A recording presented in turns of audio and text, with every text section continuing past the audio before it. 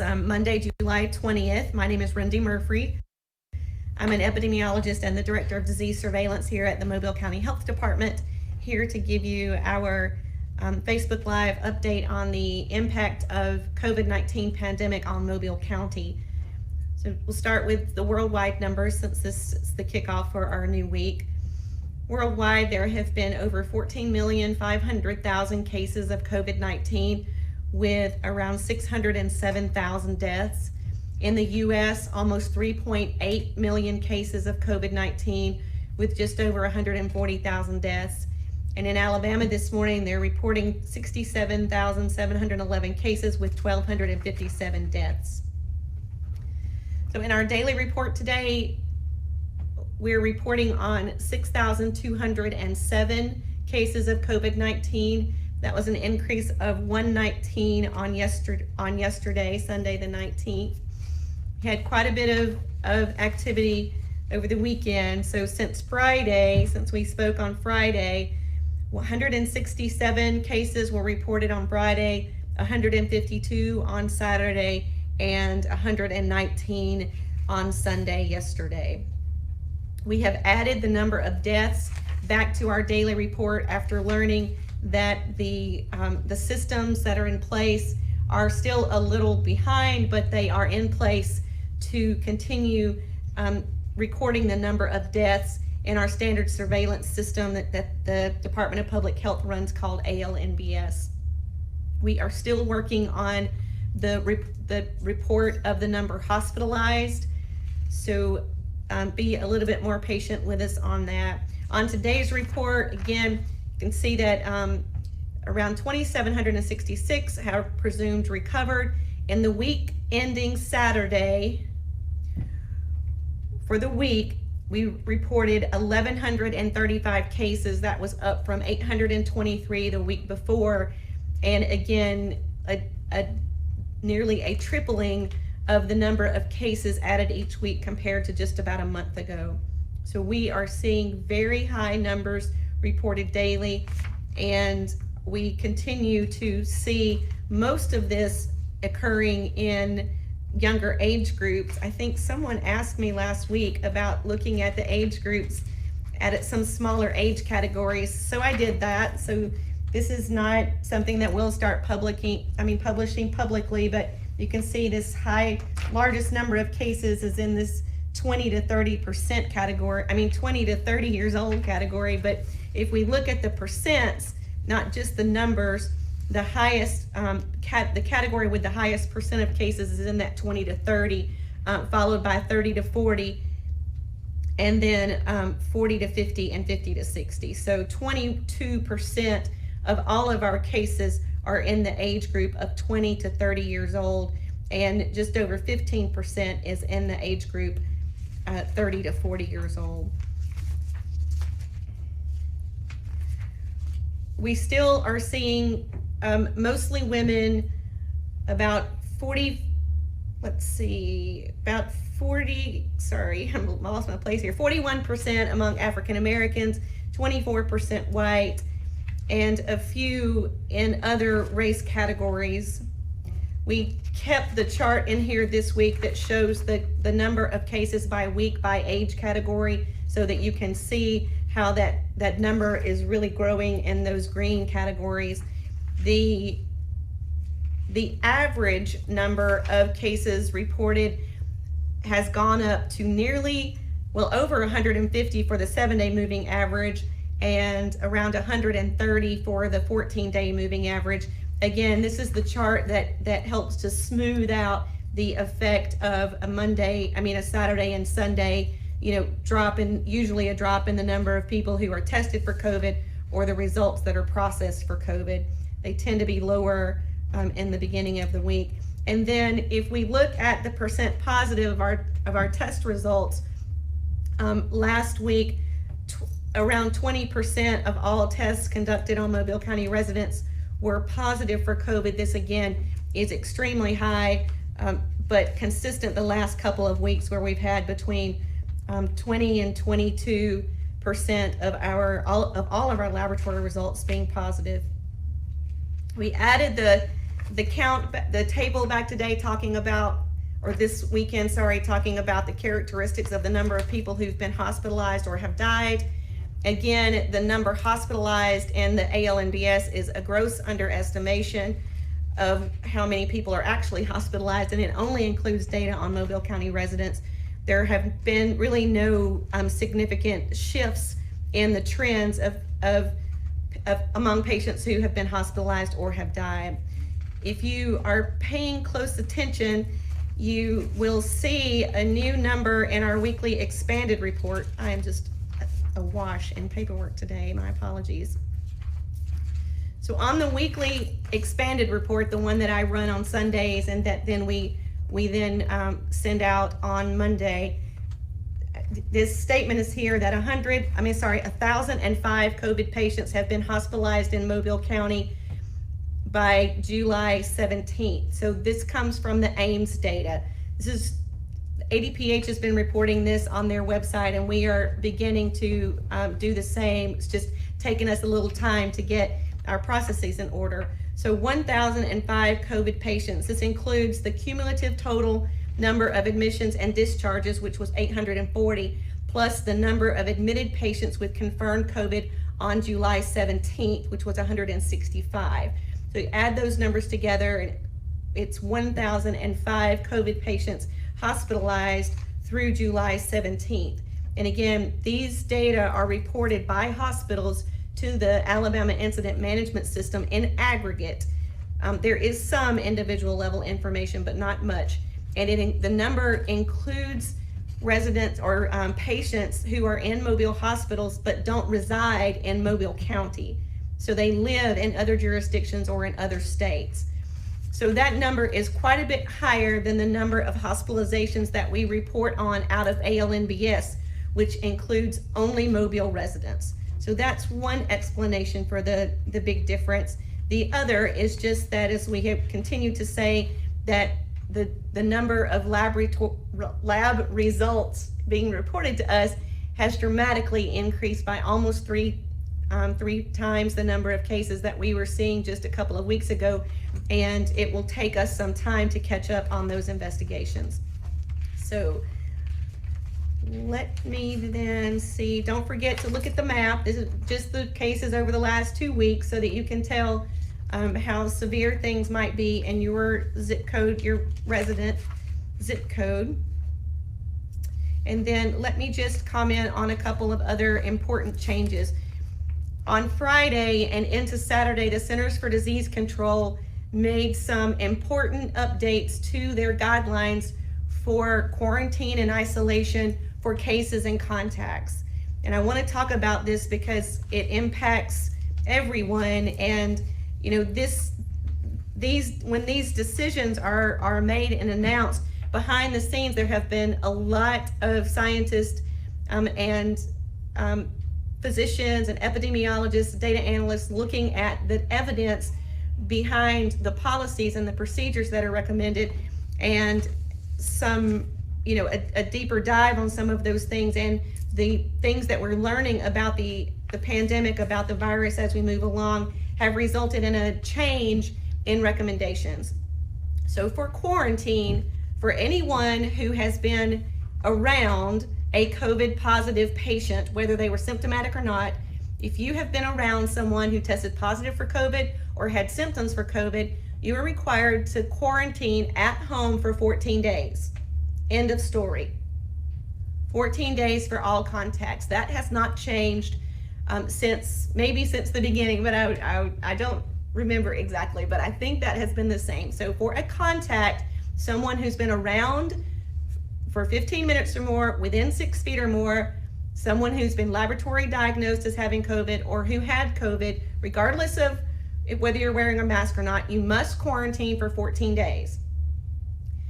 CDC is now walking away from the use of 2 negative tests. So moving away from the test-based method for discontinuing quarantine for 14 days.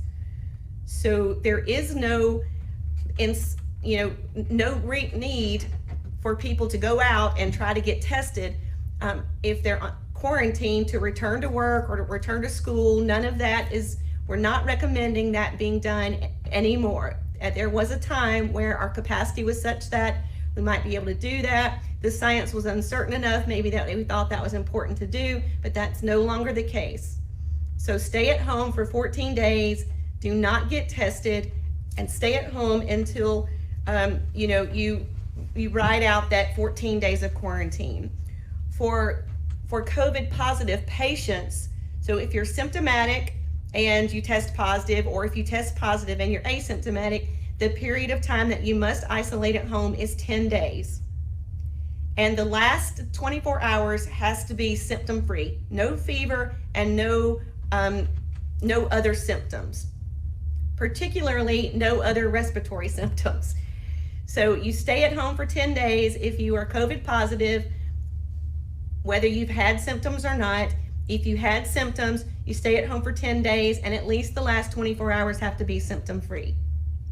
And again, we're not recommending test-based strategy for discontinuing of isolation for people who are COVID positive. In fact, CDC has gone further to say, if you are COVID positive, you should not get tested at all for at least 3 months past your first COVID positive test. That is a really big change. So we are not recommending test for returning to work or returning to school or getting on an airplane if you have tested COVID positive before. Because of the persistent shedding and some other things, do not get tested for at least 3 months after a first positive test.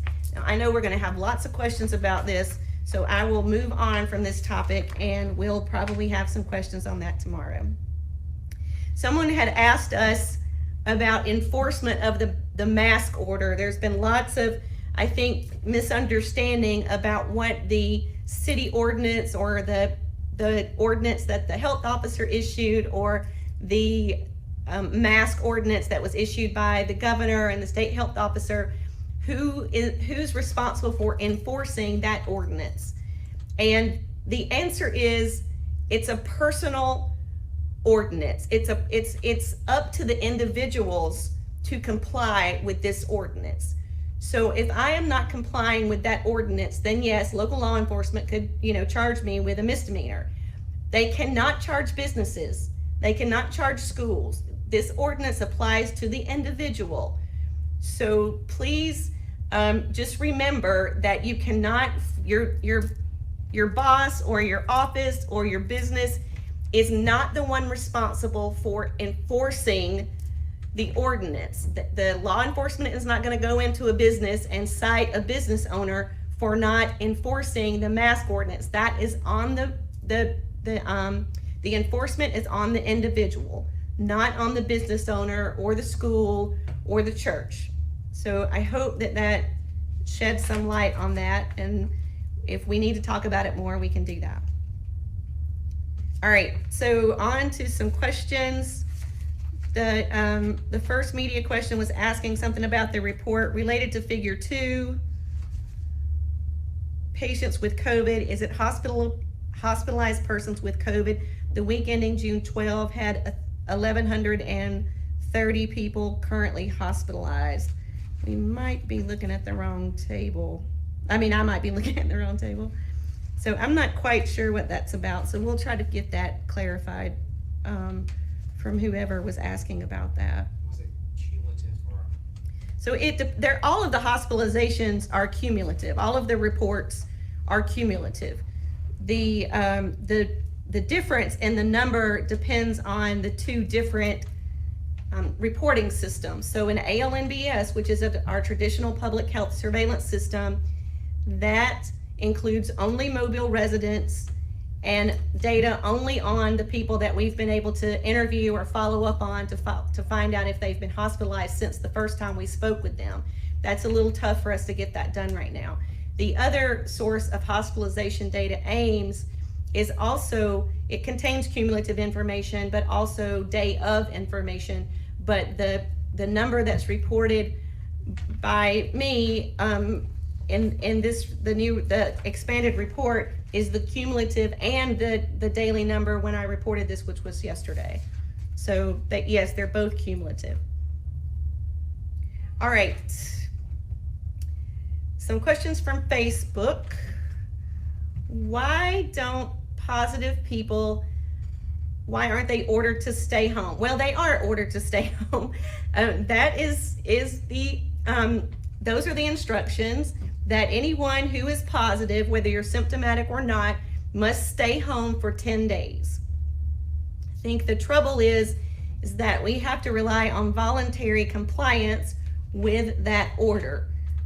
But it is a health order that they are to stay home. Let's see, here's next. And the same goes with people who are exposed.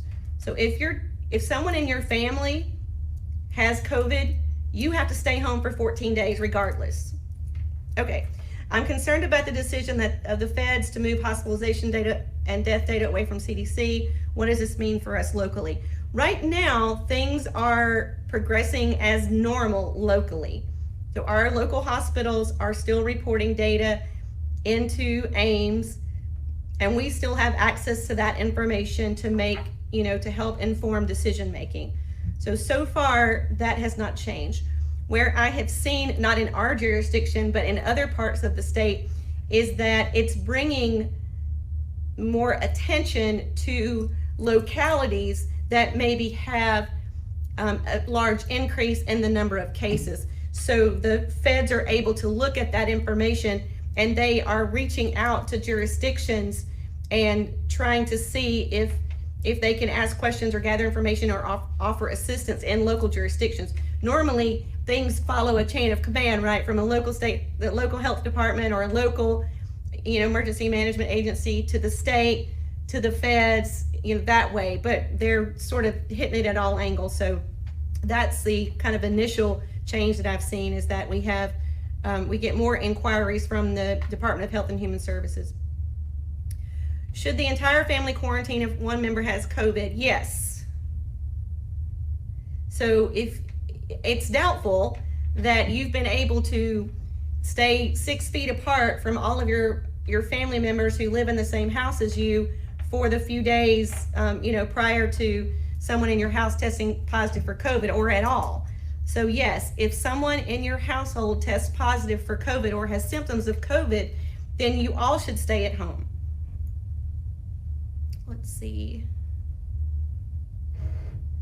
Are there studies that show when a person contacts COVID, do they generally have similar symptoms as the person? So I think what this question is getting at is that if I catch COVID from someone who has a cough, will I have a cough? Or if I catch COVID from someone who has diarrhea, will I have diarrhea? And the answer to that is probably not. The type of symptoms that you have tends to be more decided sort of on your particular body, right? Like your immune system, somewhat how you contracted it, but it doesn't mean that if you caught it from someone who has a cough that you're gonna have a cough. Let's see, why was the length of COVID-19 exposed lower to 10 to 15 days? So this is a little bit of a mixing of effect. So the 14 days is still into effect for people who are exposed. The 10 days is for someone who's infected. And an extraordinary amount of data has been available to learn about this, right? Because we have, 3.7 million cases in the US. And so CDC and others have determined that 10 days is long enough so that we feel confident that COVID person is no longer spreading live virus to other people. There's one really big exception to that, and that is if you are COVID positive and you have extreme immunocompromised situation, like therapy for cancer treatment, or maybe a transplant recipient, we would extend that from 10 to 20 days. But for most people, that 10 days is a long enough window to feel sure that you are no longer spreading live virus to other people. And there's also growing evidence that you will have some protection, at least for a few months, from that from that sickness, from that first infection. So you're not gonna, if you're in your household and other people start to get it, you're not gonna be reinfecting each other. It's just gonna, once you have it and you recover from it, you're not gonna pass it on, and you're likely not going to get reinfected anytime soon, as far as what we know now. So face shields safe for school kids. So we've heard this question before, that people are asking about how difficult it is for children to wear a cloth face covering, and wouldn't it just be easier to have them wear a face mask? But the problem with a face mask is it doesn't cover your respiratory droplets. So you can still, spread respiratory droplets underneath the mask. And it also, unless it's a full face mask, then you also would not be able to, it wouldn't help keep your fingers out of your face. So those couple of things. I suppose if there were a full face mask that children could tolerate more than a face covering, that would be okay. But just a partial face mask, it would be somewhat protective, but not as good as wearing a cloth face covering. All right, should someone get tested if they had signs and symptoms 2 months ago? No, you should not. How dangerous is it for a nurse carrying a COVID patient